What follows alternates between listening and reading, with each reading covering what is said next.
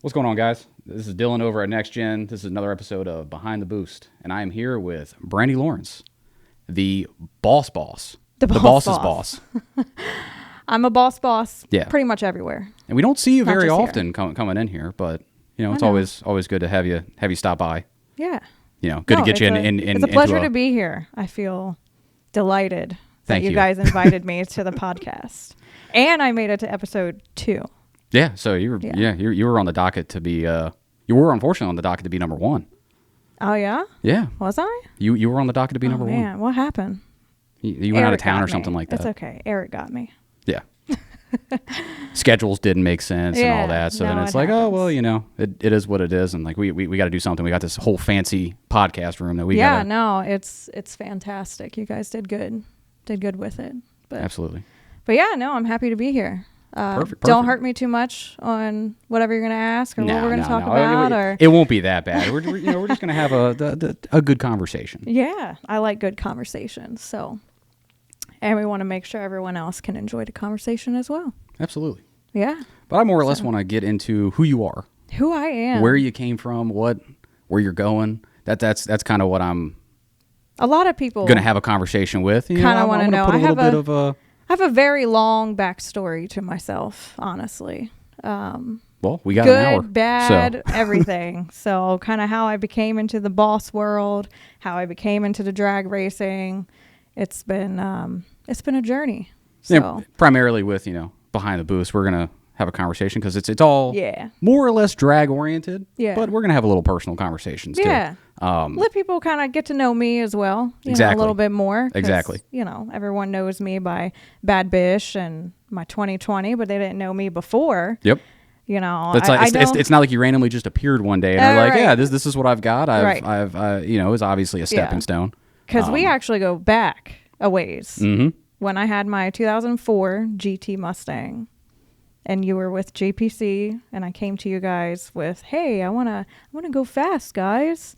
And then it was like, hey, here's your quote for $10,000, and I about shit myself. And I was like, maybe the drag racing isn't for me. Cause yeah, you're at the point of like, hey, well, it's I want to do this, and it's like, well, that's legitimately what this is going to cost. Yeah, I thought maybe you were joking with me when you slid that over to me. I'm like, okay. So then we went into like a more, cheaper route, but still made a difference.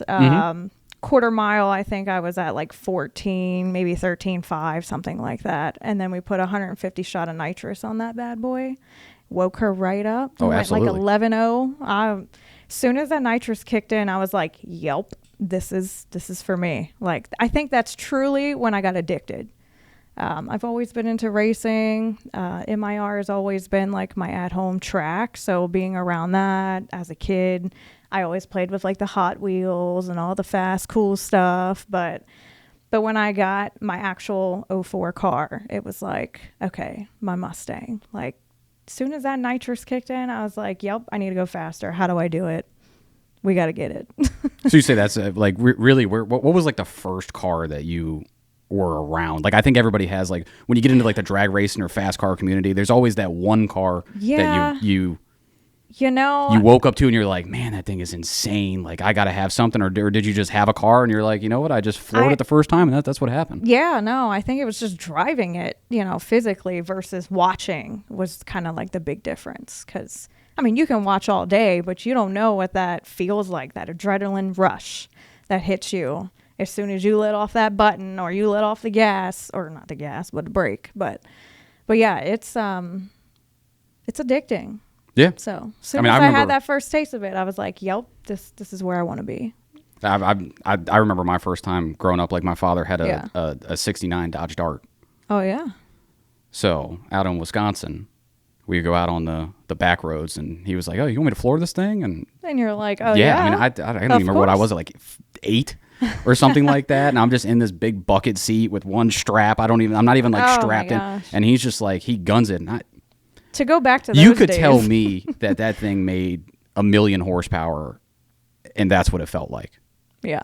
Like, in reality, it probably made 250, 300. It probably didn't make like a crazy amount, but like... Yeah, my 2 valve, same thing. It didn't make nothing, but it felt good.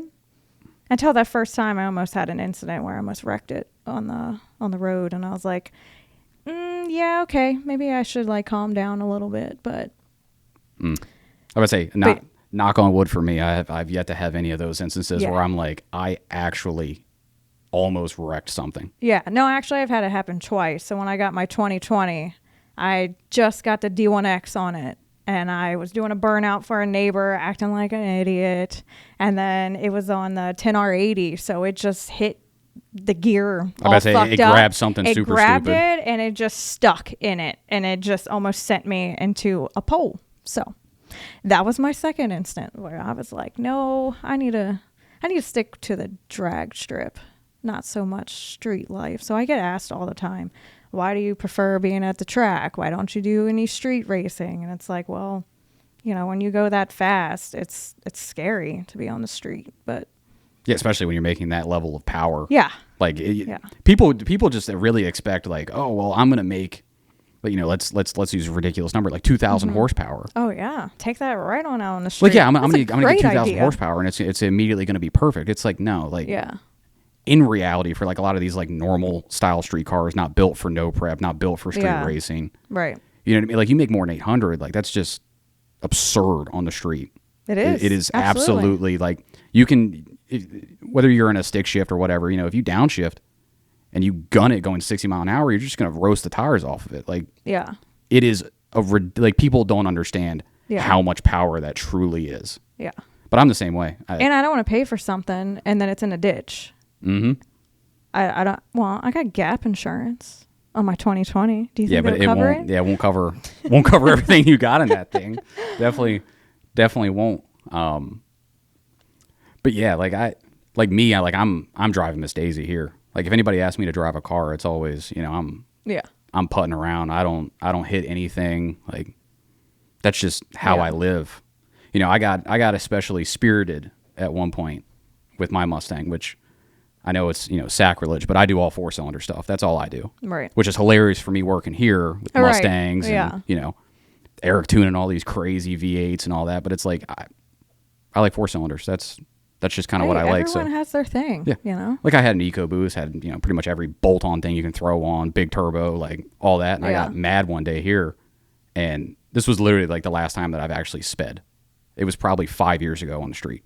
Really? Where I got mad, went home, was driving, and I'm telling you, I did not go under 100 mile an hour. No. For an hour. Jesus. For an hour. Yeah, that's a long time. Really, what stuck with me, and I was like taking the shoulder on people. Yeah. Like. So you were just wild. I'm just telling you, I'm wild guy. Okay. But it wasn't worth it. You know, like I got home in like 54 minutes. Jeez. When it was like an hour and 5-minute drive. Cut down some time. What's the point? Yeah. And that stuck with me. I'm like, you know, what's the point? What's the point of speed? There is no point. Right. When you look at the difference between 60 and 70 mile an hour, there's what, are you going to get a couple, like 30 seconds? Right. Yeah. Who cares? Don't speed. Yeah. But I'll go out to the strip, you know, like when Justin got that 24, when he's like, you know, I need somebody to go drive it. Like, yeah, do y'all drive it? Oh, yeah, you did drive it, huh? Yeah. Technically speaking, I was the first one to the 11s. Nice. And that. So I have that like small little micro record that'll live with me for the rest of my life. There you go. It's the little things. Yeah, it went like 11.7 or 11.8, something like that. Nice. That's cool, you know? Yeah. It's like that. That was really, like my entry to drag racing was here. Yeah. I always liked cars. Like even before Next Gen took over JPC, you were with JPC how long? A decade. Like, I was about to say, it's been a while. At 2015, something like that. So it's, or 24, I don't know, you remember. It was a while, but like really that was my entrance into this stuff. Oh, was it? So that was like I really came in from a different perspective. Like I don't have the right. Sure, I like cars and that really helped me getting in here, but like I wasn't part of the drag racing community. I wasn't part of anything. Yeah. I just came in and was like, oh, I can bolt things up to a car. I've done that. Like I had a buddy with like a Focus ST. Yeah. And he went out and he was just like, oh, dude, he's like, I just bought an intercooler and motor, like that rear motor mount and a full exhaust and an intake, and I got it tuned, and we're gonna have to rewire this, and I got a boost gauge, and you want to come over the weekend and help me? I'm like, dude, I've never done any of that. Got to start somewhere, It right? took us literally, like, I got off work on Friday at like 4:30, went over his house, and we didn't get done until like Sunday at like 12 at night. Oh my gosh. Doing all that. Was it successful? Yeah. Get it done? Yeah, it was great until 2 weeks later. He actually rolled the car. Oh, nuh-uh. 2 weeks? 2 weeks. I was so mad. I didn't even get to drive it. Oh, gosh. That's frustrating. Yeah. What did he do? Like, just run He off was on a back road, and it was, he didn't really understand the difference between tires. You know what I mean? You get a nice summer tire, and it's really cold outside. Yeah. And he starts sliding around, and he just stayed in it. And it was a nice windy road. He hit a little ditch. The back tire grabbed it, and whoop, that was it. That's all she wrote. Man, I actually got into an accident in my 2-valve Mustang. I had a police officer hit me. That was interesting. Yeah, that's so it was like my first night meeting Tommy's parents and having dinner with them. And I left out on their street, and then a cop did an illegal U-turn and sideswiped my entire driver's side of my Mustang. And I went into the ditch. And then he tried to like run. Like he wouldn't contact them back. I couldn't get a rental car because they needed his statement. So he basically was there for that period of time. But then Tommy's mom was like, oh, your head hurts, right? Your stomach hurts, your leg hurts, your arm about to fall off. And I'm like, wait, what? Like, I'm fine. It wasn't. She's like, girl, you better get in that ambulance right now and say your head hurts. A police officer just hit you. You need to take advantage of that. I was like, I don't really care about that. But insane. Like, what are the odds? You know, like, what's the odds of that? That's actually insane to have that and then have them run. That's wild. No, he left out of state. I don't know where he went, but they finally contacted him. And it took several months for me. Well, it was like 2 months before I could get a rental car. And then like 6 months for them to fix it. All because he hit the side of my car. That's insane. And then I couldn't go fast. I couldn't drive it. Couldn't race. I was down for a while, so that sucked. And it was my daily driver, so even worse case scenario. It's doubly bad that you're like, oh, man, now I can't even get to work. This is a problem. Yeah, no. It's one hell of a way to...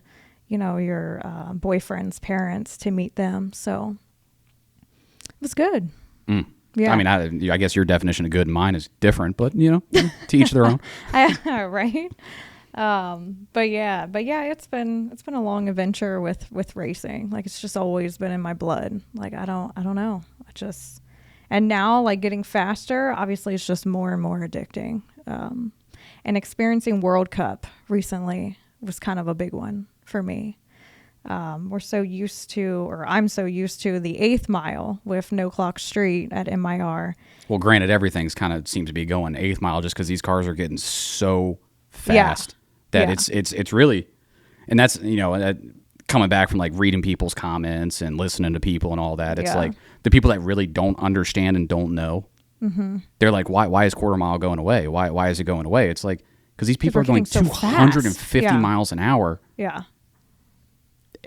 And they're going ridiculously fast. Like, I mean, they're... Like, I thought there's so many instances fast, and then quarter mile, I'm like, no, I can see how this starts to get sketchy. Like, that it was a wake-up call, even though my car was kind of dialed back a little bit for World Cup just to meet rules, but still. But then it was like that adrenaline rush again. I'm like, man, I kind of missed the quarter mile. But because as soon as you, like, let go and you get to the 8th, it's like you're getting right out of it. And it's too soon almost. But then again, that quarter mile is like you're just sitting there and you're like, am I ever gonna freaking get there? Like, just hold on to the steering wheel, just that bad boy just rattling away in there. Yeah, it's crazy because like you're in that spot where you're going really fast. Yeah, like in reality, like you're done. You went 760? 66, yeah. So from standing still, and I always try to explain to people, like whenever I'm talking to people, because I always say like, oh man, I work here, and they're like, oh, you do that, and it's like, oh, that's like drag racing, like, man, blah blah blah. Then I try to like explain something to them, and I'm like,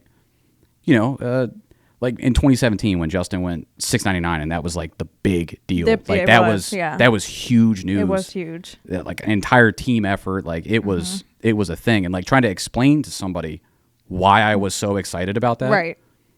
And I'm like, okay, well, really sit down and think about this. Like from standing still to a quarter mile in 6.99 seconds. Yeah. At 200 mile an hour. Yeah. And when I explain it like that, people are like, oh, that's insane. Yeah, that's ridiculous. fast. Yes, Yeah. that is ridiculous. Yeah. That's why it was such an accomplishment to be able to do that. Well, I guess moving into the World Cup. Yeah, World Cup. First time. Actually, before we even go into World Cup, before we even go into World Cup, I'm gonna go into your car. Okay. So you got the 2020. Got to 2020. What's the story behind the 2020? Because I want to go through before we take the 2020 to World Cup, just the evolution of the car. Because again, people don't see how many times you build something, how many times you switch up the combination, how many times you go into completely left field. Yeah. You're like, hey, I started. And sometimes it all happens by accident. One little thing, you're going faster, or you're making a tweak, or you're changing something. So I was not anticipating to be where I'm at today at all. I got the 2020. It was kind of just, I wanted something new. The 04, I had sold it to somebody. I don't know. It was just, it's just old. I wanted the newer style. I liked it. So I got the 2020. It had maybe, 800 miles on it. And I was like, yeah, I need a little just oomph to it. So it might have been you that recommended going with a Pro Charger. Yep, it was 100% me. I'm pretty sure it was you. I remember this distinctly because you came over because Tommy was picking up his car or talking to me about doing something with his. I don't remember exactly the situation, but we were walking around the shop because usually when anybody shows up here and talks to me, I'm like, all right, let's do a shop tour. Yeah. Like 9 times out of 10, I'm doing a shop tour if I have the time for it. Mm-hmm. Walk you around, and then we had somebody dropped off a 2019 or a 2020 or something like that when it was brand new, and I remember you looking at it and you're like, yeah. And then I think I got word that night you were looking at 2020s or something, and looking at Mustangs, and you're like, oh, I bought one. Yep, sure did. But I remember you dropped it off. Yeah, it only had 800 miles on it. Yeah, it was only 800 miles. We started with the D1X, and that was fine. I mean, it did well, not too bad. But then you get to that point where it's like, okay, well, I need to go faster. What else can I do to it? And I like the Pro Charger setup. I know everybody, go turbo. That's all I hear to this day. Everyone wants me to swap it out now, go turbo. But I just like to be a little different, with the Pro Charger side of things. And I'm doing stuff to my car no one else is doing. So that's exciting there. But then we went from the D1X, and Mr. Lawrence decided to drive my car because I was pregnant. And he took it down for a pass and blew it up. So then it was like, okay, well, clearly the motor's not hanging. So now we need to get a new motor. And then it was like, well, while we're doing that, we might as well upgrade it. So then we went from that to the F1A Pro Charger, and then it's go from that and go to the F3 Hybrid, and then now we've been sitting with that one, but I think we have some more plans. I don't quite want to put it all out there yet, but we're going to try to run the Pro Charger record. So we're going to take my car down to Bradenton in January and see if we can beat I think it's 762. See if we can beat that record. Yeah, so you're knocking on the door to begin with. Oh yeah, 766 was the fastest, and then obviously it's got more in it. So, but yeah, that's what we plan on doing. I'm gonna stick with the Pro Charger. If anything, I'll get something else and build it and go turbo. We'll see what happens. Yeah, I distinctly remember when Tommy blew up the car. Oh yeah. Yeah, I was 10 weeks pregnant. He's blowing up my shit. I'm like, oh, this is fantastic. Yeah. And then we figured it out because I want to say, I can't remember exactly what the time was because I don't remember if we got a crank support on that. No. Because I don't think they made it yet. No, yeah, we didn't have it or at that it time. was just coming out. And it wasn't super mainstream. I could be wrong with the quote. So maybe somebody from Pro Charger will be like, no, you're stupid. We had that in 2019. Could be. But either way, I just remember that because, snap the crank right off of snap the snout just right off. Yep. And it was like, oh, that's I remember that phone call when he was down at the top end of the track. Yeah, so I'm just going to let you know. I think we blew up something. I was like, okay, well. And then I was out. Obviously, I was pregnant, so I was out a whole season anyways. And then brought it back. Tommy was out for a season. And then I got back in and then just got to keep going faster. So, and me and Tommy, we're always like so close in numbers side by side, but I'm going to get them. That's what we do. So you ended up, you got to 2020. Yeah. And then you got involved in No Clock. Yeah. To the point where you're sponsoring it and running the entire deal. How did that go down? Like, first of all, like, just to explain to people, like, what is No Clock? So No Clock and how did Street, you even get into it? Well, No Clock Street used to be around for a while, and then it kind of died off. I think they only had maybe 9-10 cars. It was kind of like the top 10 list. It went away, but the Friday nights is where everyone wants to be. So I was like, well, why not us bring it back? So we did like the No Clock Street 2.0, which was 3 years ago, I believe. We brought it back and we had like 80 cars total. Like it was insane. But it's just a nice like Friday night, Midnight Madness, heads up racing 2 to 8th. You know, we don't show time. So it's just whoever gets there first. The crowd, the people, it's family oriented. So it's a good time. So, but we do 2 shakedown passes, and then that basically qualifies you for either class. So we have a Elite 8, which is your top fastest 8 cars on the property. Fast people. You're super fast people, which I've been in. Okay. And then you have your B field, which is the next set 8 fast. And then there's a B field. It's just kind of the rest of the cars, because we had so many cars. That's like, how are we supposed to like keep dividing this all up and running around? So we had the 3 fields, and going into 2026, we're going to do the same setup. So, but after you qualify, you obviously, after the 2 shakedown passes, then it's first round elimination. So then we do chip draws. So that's always like fun. Either you have like first round call outs, or you're just whatever that chip brings you and a driver and who you're running. But the hype behind it is just phenomenal. Like, and it's great that it's like one night race. It's not like a whole dragged out weekend. I know a lot of people like that it's like one and done, you know? Mm-hmm. Especially like after the end of a horrible work week, or you're stressed out and you just want to let go of that button, feel some adrenaline rush. Like, what's better than a Friday night to do that? So, but yeah. Yeah. So you built that car, your 2020, like specifically for No Clock. Basically. Yeah. Because that's really where you're racing it. Like that's what you're doing on it. Yeah. Local track. It just kind of makes sense. And we want to provide like more races for the community and other drivers. There's not too much that's really around here. So to have 8 solid races for the season is decent. And then we're going to do DraftKings. I don't know if you heard about the DraftKings that we tried doing this past season, but unfortunately Mother Nature decided, no, we're not doing it. So it rained out once, got rescheduled, and then it rained out again. So we're going to plan that for 26 again. We'll see what happens, but that's kind of like a Wednesday night deal. So, but I think it's going to be a good thing, good outcome for DraftKings. So you built a car for No Clock. What made you really want to transition into World Cup? Obviously it's the same track, so you kind of feel home field advantage, but you know, going from a No Clock event where you're not showing times to now I'm going to show times. I'm also going to race in arguably one of the biggest race events of the year, which was nerve-wracking, by the way. I mean, you have a massive crowd of people. And the car was down for 2 months, 3 months. Mm-hmm. Had to upgrade the cage. Like I said, and you're going quarter mile. There's a massive amount of factors. So had like, what a whole new setup in there. The throttle, everything. Possessed you to you know, that's a great question. Go into that. That's a great question. I don't know. I think I just wanted to put my name out there, of course. I want people to know who I am.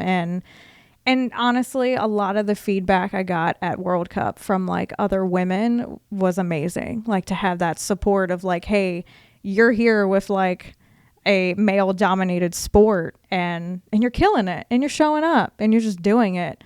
Little do they know, it was like my first time getting back in a car with a whole new setup. So to me, I'm like in the car, don't look like an idiot. You got like 40,000 people staring at you. But I don't know. I just wanted to change, just something different.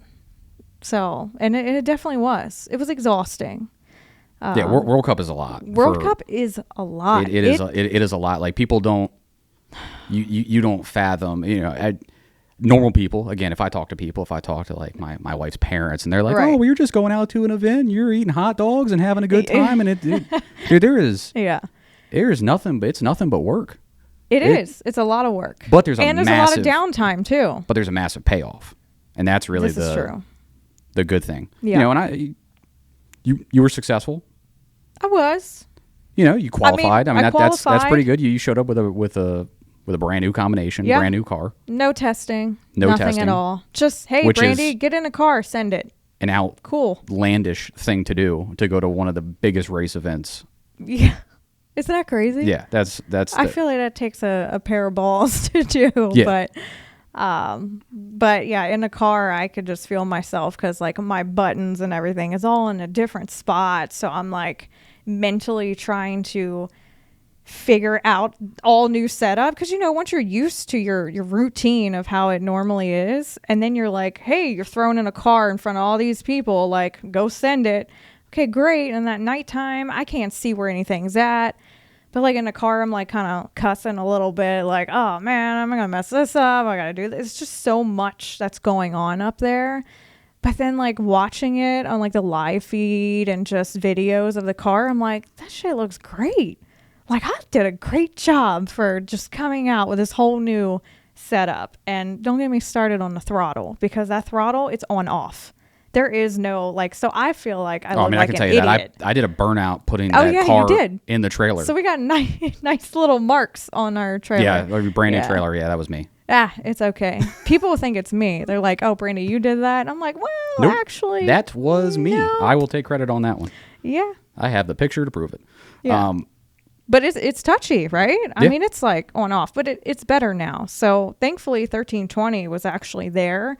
And Jason came and he did some tweaks on it just to kind of, mellow it out a little bit. It's a new combination. And, you're, for lack of a better word, short. Hey. So it's not as easy to build a car for you. For short people. Yeah. And I had to like sit back to fit in the cage properly. So... Again, you have two things. You can either A, move the seat closer, or you move everything else closer to you. Yeah. They said if I ever wanted to obviously sell the car or something, like the way it sits, like it doesn't make sense to make it forward. I should make it back and everything come to me, so that way someone needs to adjust a seat or something. Oh, you should have seen me. And I'm not like crazy taller than you. Yeah. But I was in there, my knees, I looked like I was trying to drive like a junior dragster. Like the Grinch on the little thing. That's literally what I looked like. And I'm like, this is... Yeah, no, it's actually, my knees are up too in it. It could be a little bit further. Yeah, it was but not ideal for me. But again, Yeah. That's why I was like, man, I literally got in the car and I'm like, is Brandy this short? I'm 5'1". I actually said, I'm like, is she actually this short? Because this is just like... And you got in there, you were racing it, and obviously worked for you. I So. mean, so I was actually having issues prior that when I would let go of the button and my foot is coming up off the throttle. So Eric, of course, was like, we need to fix this because you could have ran this, but you did this because my foot is coming up off of the gas. So now, there's no room for error for that anymore because it's there. So, but I'll get used to it, and we're gonna do World Cup again because I feel like I need to redeem myself. And see, that moves right into my next like little question. Yeah. What do you think it's gonna take to be successful in World Cup, get a victory? Well, being consistent obviously is definitely huge. I think us having more test time and preparing, not 17 days of getting a cage thrown in. So I'm proud, of the team and everybody that came together to get it done so I can make it. And even though I qualified last, I mean, whatever. I qualified, right? I made it. I made it. I went against, the number one, but that's okay. So having more test time going into like the next season, I think is going to be beneficial too and like figuring out some of the rules, because I had to add all this weight when I got there and teched in. So that was kind of a bummer. And then I had to downsize the Pro Charger. So like I kind of personally felt like it wasn't quite fair. Like I'm going against somebody that's running, I think his fastest was like a 719 and I'm like 780s, 60s. And it's like, well, if I was on my other combo, I would have been a little bit more competitive with the rest of the group. But I think it's more or less just the head unit. Yeah. I mean, that head unit on your car should be going way faster, but obviously the engine is the limiting factor. And that's, again, why people say put turbos on it. Coyotes are turbo engines. Yeah. That's what they are. Now, granted, I will tell you, I don't really have any interest in going down the track like that. I have no interest in ever making a car that capable. But if I was going to have a street car, I'd put a Pro Charger on it.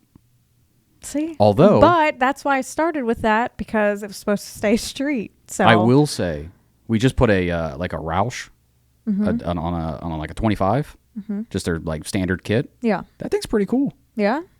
I actually really enjoy driving that around. Like, that is just nice. Like, it's not like snappy, but like when you put your foot in it, it does something. Yeah, it does a little something. Yeah. So yeah, I was actually pretty impressed with that. And then I got in a Pro Charger car because I had to go test drive something we just tuned, and I was like, nah, I like the Pro Charger. Yeah, and it's just the sound of it. Yeah, the sound of it sounds great. When I had the D1X on it and I took it to daycare to drop my kids off because, my kids are obsessed with it, I would park and parents would come up to my car and be like, you need to go get that thing serviced. That thing sounds like crap. And I'm like, well, clearly you're not a car person, so you don't really realize like that's just the Pro what Charger. That is. What does it sound like? They're like, that sounds terrible. Like, and to me, I'm like, I love that sound. It's like, no, like I hate to break it to you, but like I paid a lot of money to make it sound like this. I paid a lot of money for that. Yeah, it's like that's how I wanted it to sound. But that's another thing for me with Pro Charger life, like the sound of it. Like when I'm up there and the amount of people that don't expect when I'm on that car doing a burnout, it's going to be that freaking loud.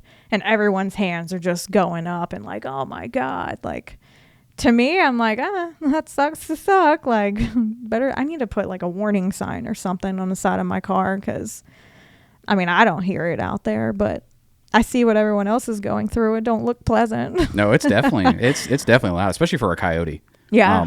I think it sounds great. Again, I like Coyotes. I think they're great engines. Yeah. I think they're one of the better engines to do things with. Yeah. For like normal people. Yeah. But they sound terrible. Yeah. They're awful. Yeah. It is just, it's not a push pull. Mm-hmm. It's not, and again, it's not trying to be a push pull, but it just doesn't sound good. Yeah. No, and that's and not to sound like sacrilege or anything, but like that's something that like LS has something against. So Dodge has something against. Like the Ford Coyote just sounds awful. Yeah. Yours actually sounds decent. There's only a handful of them that really have sounded decent, and it's all blower. Yeah. No, that car, like, if one thing, and that's why I think I don't want to change it, because I'm going to go from being loud and proud to like quiet. But I get it.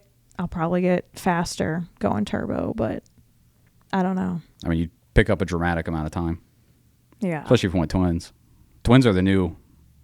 When I first started in here, like when I first started, I walked in, again, knew nothing about cars, but I'm just seeing like just copy, print, and just like paste, like just boom, boom, boom, boom, boom. And it's like the same combination. Yeah. And it's like they're all going great. It's like, oh, well, I've got this S197 and I've got a single turbo. And I'm going this. Okay, cool. I've got an S197. I got a single turbo, and I'm doing this. And it's like they all have slight differences, slight changes. This motor's built by this person. This has got this on it. That's got that. This is stock block with no sleeves. This one's sleeved, but it's like they're all the same thing. Mm-hmm. And now it's like everybody's going twins. Yeah. Yeah. You see it like a single turbo is a dying breed in these things. Right. Maybe I'll hook the Dark Horse up. They're just for the single? Maybe. I don't know. Put a huge single on it, though. Huge. Yeah, get like that, like Hearts like 143. I saw that thing's absurd. You could fit inside of that turbo. Oh, I'm sure. Like climb right in the compressor housing. So, yeah. Maybe I'll do that. Maybe I'll see what we can do with the Dark Horse, but we plan to eventually like raffle that off. So if I can make it pretty fast and raffle it off. Interesting. You heard it here first. Raffle a Dark Horse. A fast Dark Horse. I know you said you didn't really want to get into it, but I'm hearing grumblings, and I'm going to bring it up. Oh, boy. What are the actual plans for the car? What are you really planning? What's a sneak peek? You got to give me something. The people want to know. The plan for my car. You know, it's up in the air. I have considered switching and going turbo. Oh, gosh, people. But we are actually working with ProCharger right now. And I don't really want to give too much of the details of it, but we're going to test out a bigger ProCharger and see. We're just gonna send that thing and run a number, and then just kind of see where the car falls. Yeah, 'cause, I mean, it's definitely innovative because who else has a crank-driven ProCharger on a Coyote? I don't know. You tell me. Anybody? I remember way back in the day when I almost did it as a joke, but I was semi-serious when they just came out with it for the Coyote, and I sent it out. I think I sent it to Tommy. I was like, Probably. "Hey, Tommy, what do you think about that?" All right.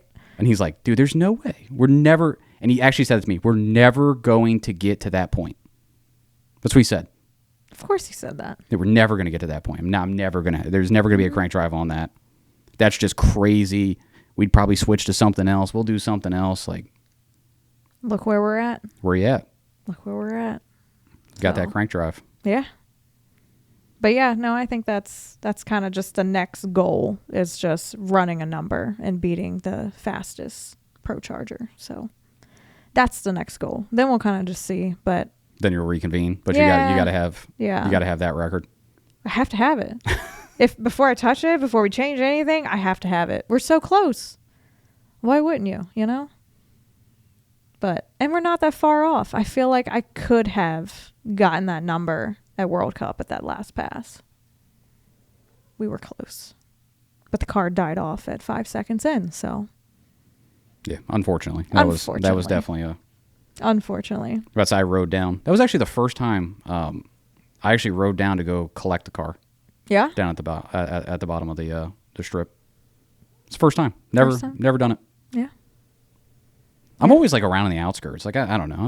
I don't really insert myself into anything. I'm not the guy who's like, oh, look at me on the camera. I'm not the big guy here that's like, hey, I'm the hot ticket. I'm the face of the company. Like that's not me. That's not who I want. I like being behind the scenes and pulling strings and stuff like that. But rarely I ever insert myself into anything.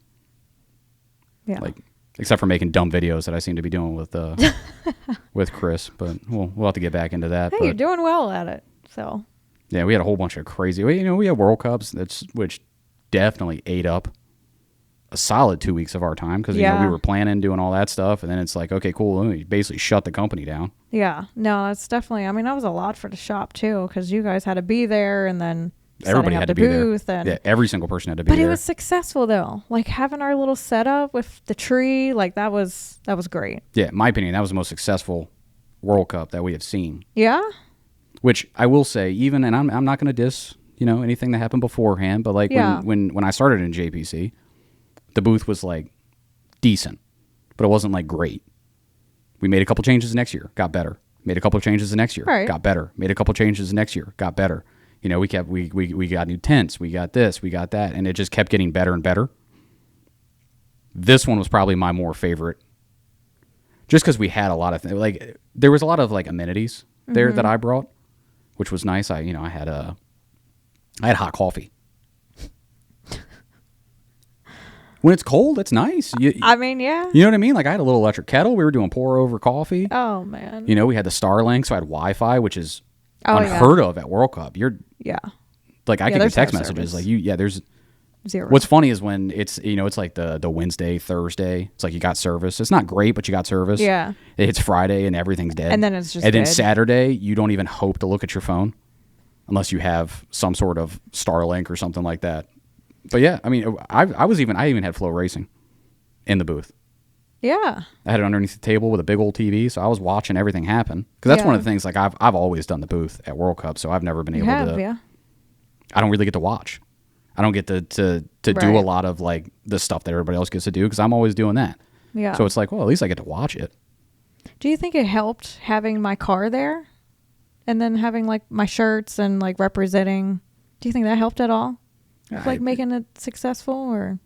Probably. I mean, it definitely helps. You know, you do owning a company, you definitely got to be out there. Yeah. Involved. For sure. You know, you can't own a race shop and then be like, well, I'm not going to race. I'm not going to race. I don't want nothing to do with it. Yeah, that doesn't really make sense. Yeah. Happen that way. You know, and that was one of the things that, like, I kind of missed at JPC, which we started reviving it with like the 24. Yeah.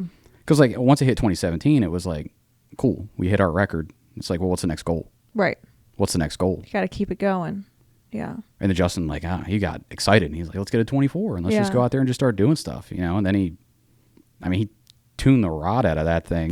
That he did. Just with nitrous. Actually, see, I'm sorry, when I say tune, no tune. There was no tune. And we just put, like, 100 shot of nitrous on it. See what it'll do. And it went, like, 950. It's crazy. Which is absurd for these Mustangs. I mean, these things are just spitting out power, which is, you know, like Justin's when it went to Palm Beach. Yeah. It made like 1,000 on by the dyno. Accident? By accident, but still just printed it out and completely fine. That was wild. I was not expecting that, honestly. It really wasn't. It just prints it out. Even all these new ones, like we're like that Roush car I was talking about. I think they made like 700. Oh, wow. It's a basic Roush blower. Yeah.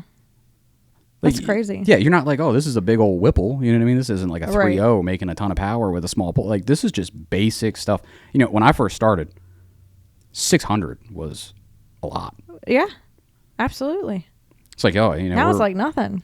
Yeah, now it's like, you just 600? You're not going to go for like 8 on pump gas? Like, what are you doing? It's like, no, you try to make 8 on pump gas and S197, like a Gen 1, you are destroying that thing. Right. That is... The rods are absolutely out of it. But yeah, again, I'm excited to see how far we're going to push with all these new cars. You know, even we got that 25 that I'm just waiting for Tommy to be like, oh, this is my new car. I'm waiting. You know, I tried to get him to make some changes and build a 25, but he's just stuck on his trailer trash. I don't know. He's like, oh, I know everything about that car and I'm comfortable in it. I definitely assumed that when it was bought, that he was going to more or less get rid of his car. Yeah. Or just rip everything out of it and put it onto, because I even commonly refer to the car as trailer trash 2.0. Yeah. And he's got to upgrade his cage anyway, so it's kind of like. Well, it's like you're doing all the same work. Yeah. You know what I mean? If you're going to cut that cage out of that car, why? Yeah. Why don't you just put the cage in that car and call it a day and have some fun? I don't know. That's a great question for him. Yeah. Maybe in the comments he'll answer. No, he'll just give me a call and be like, oh, why'd you say that, buddy? Right. Now I'm thinking, like, come on. Yeah. But no, that was just one of the things that I always, like, when I seen it come in, I was like, you know, that just seems like his car. Yeah. And it's like the same color almost. He almost looked like he was shedding a tear when he dropped it off, and he's like, I guess I'll never see this thing again. It's like, what are you talking about? He was sad. He actually said that. He talks about it often, actually. He's like, he hates that it's just sitting right now, but, you know, obviously. We just use it as a shop car, which is hilarious. It's like the most expensive, like gopher car. Like, oh, I'm going to go to, like, Napa, and I'm just going to go drive this. Oh, I think I'm going to go get lunch. Yeah, I'm just going to drive the 25. I mean, yeah. It's like it's got to get. I mean, it's been to Georgia. Yeah. Chris drove it there. Yeah, he had a blast. I drove it from Florida when we got it. Yeah, but say you did. I drove it 1,100 miles back to Maryland. Yeah, I think it showed up here with like 1,200. Yeah, oops. I wasn't driving a Dark Horse, so that was on the trailer. Yeah, that was when, and I'm going to call Chris out on this. He his Spotify wrap up. Apparently, he listened to nothing but Morgan Wallen the entire way. Oh, nice. The entire way. Fun. So it was like 14. He does recap, and it had like 14,000 hours on Morgan Wallen. Oh my gosh. Which means he was listening to it morning, noon, like night. That's crazy. While he's sleeping for the entire year. Like, how do you do 14,000 hours in something? Yeah, that's crazy. It's absurd. That's a great lot question. of time. We'll have to figure that out. But like, somebody do the math, actually, and, like, how many days is that? I don't have my phone on me. Otherwise, I would look. Like, 14,000 divided by 24. That's a lot of days. That is. Just straight Morgan Wallen. Number one fan. Literally number one 0.1% fan. Like, he's committed to that. Morgan Wallen should fly him out somewhere because he is excited for Morgan Wallen. Oh, you know what? Maybe we should look up some tickets or something so he can do a meet and greet. Hell yeah. That'll be his Christmas bonus. Oh, yeah. He'd be happier than anything. Maybe. That's funny. But yeah, I mean, driving at that distance, it actually wasn't bad. It had good, decent. They drive great. Yeah. And that's another thing. Like I had a 15. Mm-hmm. And then I remember, and I was in the 15 because I was always driving like the S97. And I'm like, man, these things just drive like shit. Like, to be honest, like I don't like the way that they drive. It doesn't feel that nice. Yeah. Sure, they make a lot of power. They're good race cars, but like it's not enjoyable to drive, which is where I'm at. I want to be comfortable. You know, I don't want to sit there. I want a little bit of sound. I want some decent power, but I want to be comfortable. Yeah. That ain't comfortable. So then I got in my 15, and I'm like, I mean, this thing's really nice in comparison to a Mustang. Like, this is ideal. So I sat in one. I'm like, all right, I'm going to go buy one. So I bought one. And then the 18s came out, the Gen 3, and I'm like, what the fuck? Right. This thing's nice. Yeah. Like, I got to have it. Yeah. And then I'm like, oh, man. I was like, okay, then I guess I'm going to sell my 15. Which, oddly enough, I sold my 15 to a certain place that would come to your house and just pick it up. And they paid it off and cut me a check. Really? Which was A+ back when the COVID times. I'm sure everybody could figure out exactly what company that was. A+. Then I was like, man, I might go buy a Gen 3. And then I didn't. And I was actually riding around in I had a 2015 Ford Fiesta that I was sharing with my wife. So when I sold my Mustang, I also have a turbo Civic. It's on fuel tag. It's got a fuel cell, all that jazz. Zero oil pressure, but whatever. Who needs that? So we were just rocking one car for like 5 years. Oh, jeez. She worked from home, so. Yeah. Yeah, so it's not too bad. And then I was like, you know what? I'm going to go look at something. And then I started driving these 24s and 25s. And I'm like, man, these things just drive nice. They do. They really do. Like, it's nice. I was shocked a little bit. Especially if you get into like a stick shift one. Like, and a lot of people hate this. Like, apparently this is like sacrilege for like the rev match and all that stuff. Like, I could go out onto the road out here, go to 60 mile an hour and get the 6th gear. Mm-hmm. Slow down and downshift the entire time. Mm-hmm. Never hit the brake. Never hit the gas. And I can downshift into 1st gear. No bucking, no nothing. Like, that's sick. Yeah, that's crazy. Gone are the times when you got to be perfect. Right. Because otherwise, like you can have somebody nice sitting in there that doesn't know stick shift. All those people, like when you're like, all right, cool, I'm in 1st gear, 2nd gear, 3rd gear. Okay. Right. It's like, dude, why are you doing that? It's like, first of all, like, I'm not shifting like a lunatic here. Like, relax, number one. But those days are gone. I'm guessing that is. God, I haven't drove stick shift in a while. Since Tommy's was actually a manual. I miss it. I do too. I miss it. I've had so many like dumb 4-cylinder vehicles. I had a turbo Fiat. So like the Abarth, it was a 2012, like their top of the line model. And I had all sorts of shit done to that thing. Oh yeah. And stick shift. What's funny, what's odd enough for me though, is I can't get into like 6 speeds. The 5-6 shift, I don't know why. I suck at that shift. Just like it's too far over for you.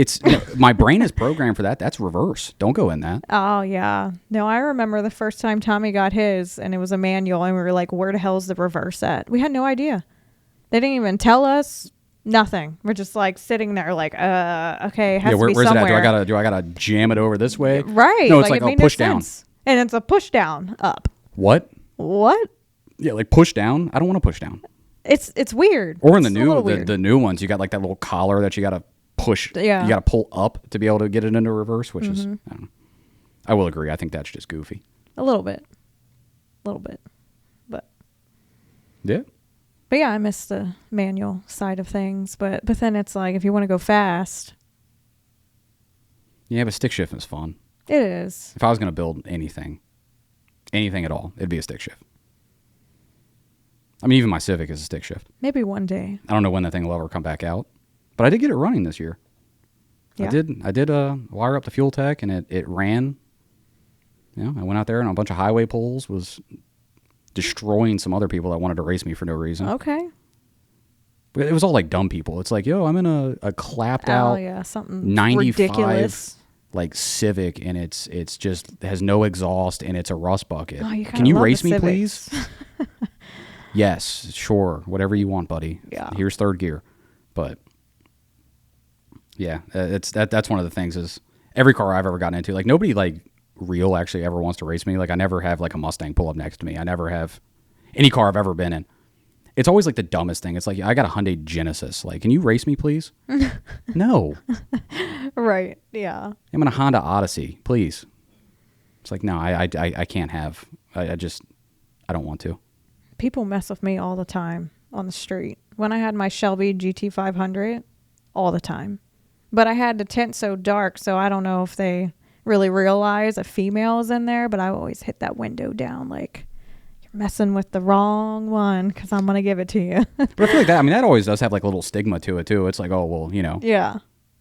You're a woman. What do you know about it? It's like, no, that's not the case. Like, I love it. Women are actually becoming they're getting more and more into the racing community. Yeah. Oh, no. And I love it. I love to see more women. Like No Clock Street, we actually have 2 other women that were driving. So I wasn't the only one, so that was nice. But I love it when the guys like think I don't know anything about cars, and then when I was in Florida, I was at the gym in the parking lot, and this guy had his hood up in his, it was like a 2-valve Mustang. And he's like, oh, I'm trying to like sell this. And do you know anyone? Like he was just randomly just whatever. Cause I messed up. I went up to him and asked a question, like, or said something to engage. And then, he said that it was a, oh God, what do you say? Was it a Pro Charger?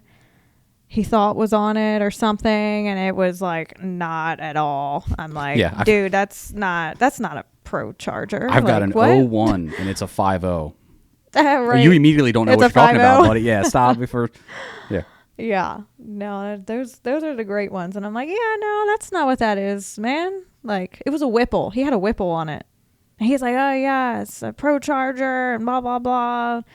And now it's a Whipple. And yeah, it is a Whipple. Somehow it's turbo. I got a Pro Whipple Charger. Like, and it's like, what? Excuse what? And then when I said that to him, he's like, yeah, no. Damn, this is you a actually Pro know Charger. what you're talking about. And I'm like, yeah, no, it literally says it right here. It's a Whipple, but it's cool. Well, that's a lot of people say that too. You know, that's something like people come in, they'll be like, man, look at that turbo, and it's like, no, that's Pro Charger. Yeah. What's that? Okay. Oh, I get it all the time. What size is your turbo? And I'm like, come on. Okay, how nitty gritty do you want me to get? Do you want me to really explain to you the inner workings, or do you want me to just to be like, it's a hybrid kind of. It's like you rev it more and it makes more power. Yeah. What do you want from me to say? It's like, should I make this dumb or should I make it smart? But then once you get to those people, you're like, no. I never engage with any of those people.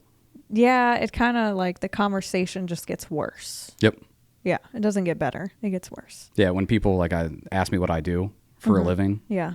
And I'm like, I really don't want to go into this conversation. I just say I'm in like, you know, procurement, or I do shipping. You do shipping. Or you do more than just shipping. I'm an operations manager for an automotive company. Yeah, there you go. There you go. There's my. That sounds good. There's my legit.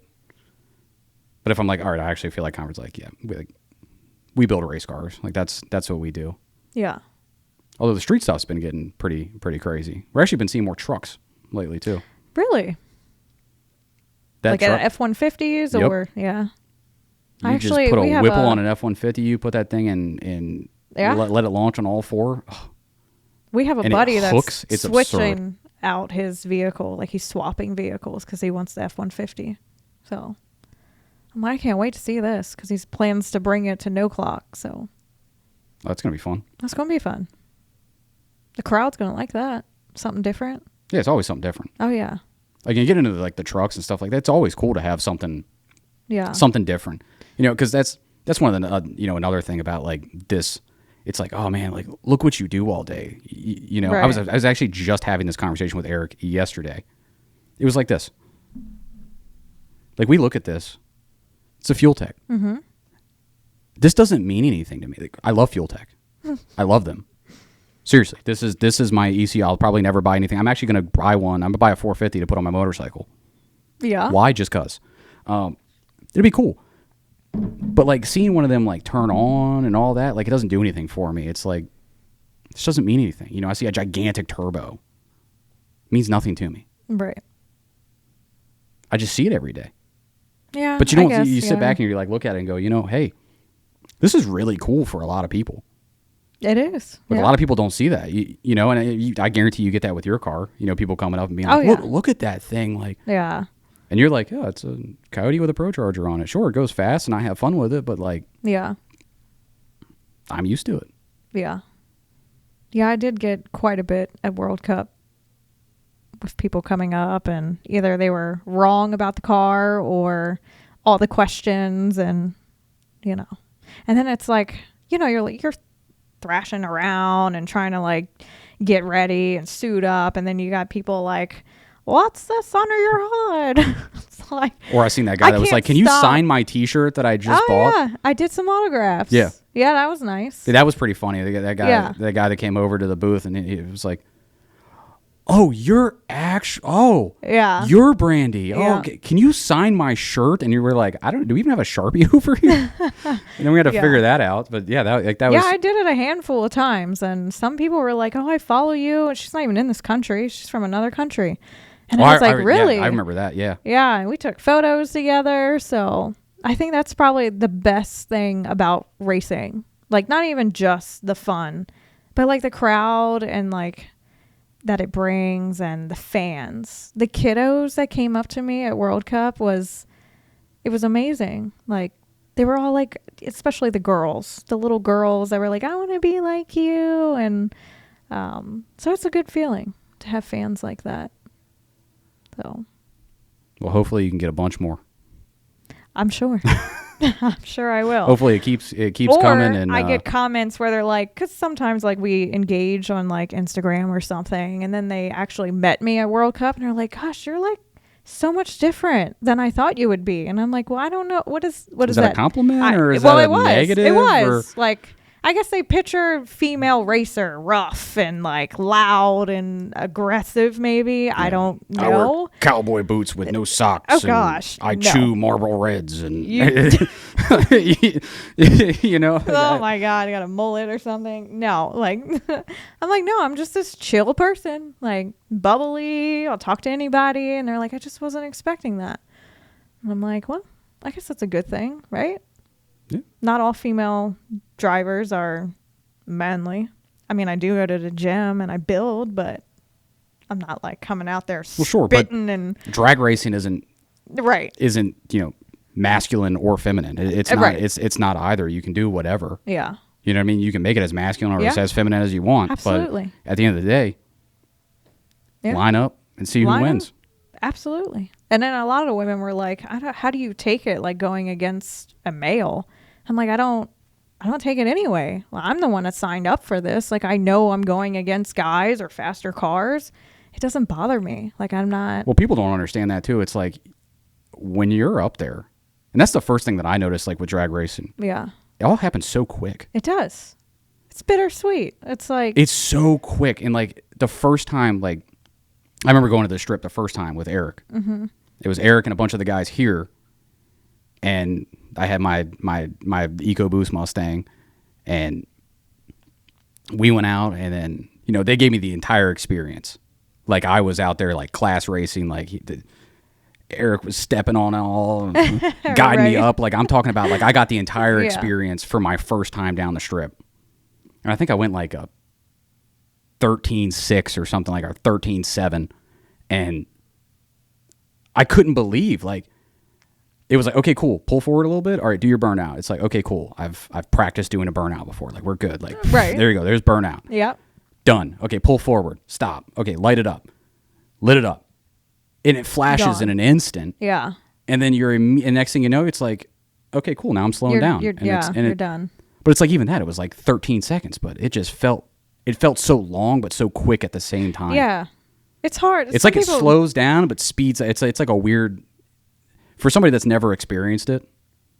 First of all, I would highly recommend going down the track with something. Like, who cares? Absolutely. Just it's a good experience. Absolutely. I think more people should do it, but it was such a weird.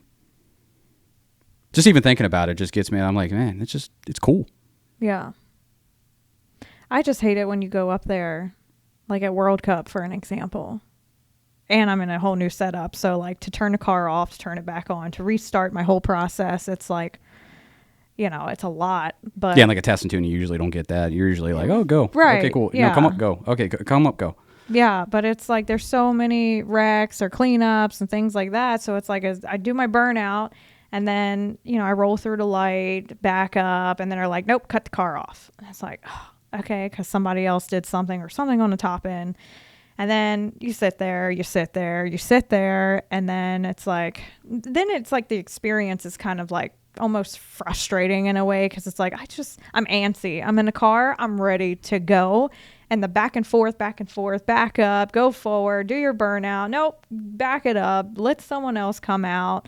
Then you got to start it back over again. Like, I think that's where it gets kind of like, I just want to go down a track already. Like, it just takes forever.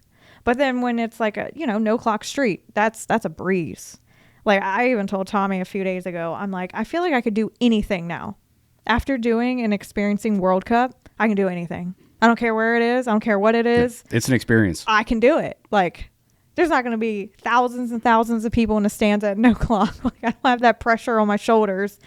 And I feel like being a female, like, people kind of like pick at you a little bit of like, oh, well, she's a female, so she did this wrong, or she doesn't know how to drive. And it's like, everyone has errors that they make driving, male, female, who cares? Like, it happens. Like, but I feel like it's more nitpicking with me, or as a female in general, which kind of sucks, because I feel like I have no room for error. I got to be perfect every pass. Like, but that doesn't happen. Well, really, the first thing with drag racing is get out of your head. Get out of your head. You have to be out of your head. Nope. 100%. You have to pay attention. You have your however many steps that you got. If you got a 10-step situation where it's like, okay, I got to hit this button, do this. You got to have that in your head. Yeah. And that's it. There's nothing else. Then you focus on, you got to cut a good light. Let the car do its thing. You got to do your thing. Get out of it. Yep. Absolutely. But I have my routine. I love it. Even though it's like a fast pass and it's over with. But I just want to keep going and going and going. Yeah. Keep going. Well, I guess you heard it here first. We love drag racing. We love drag racing. A little too much. It's an expensive hobby, but hey, you only live once. Do what you love. And that's what we do. That's what we do. That's what we do. So there you have it. That's episode 2 of Behind the Boost. Please like and subscribe, and we will catch you on episode 3.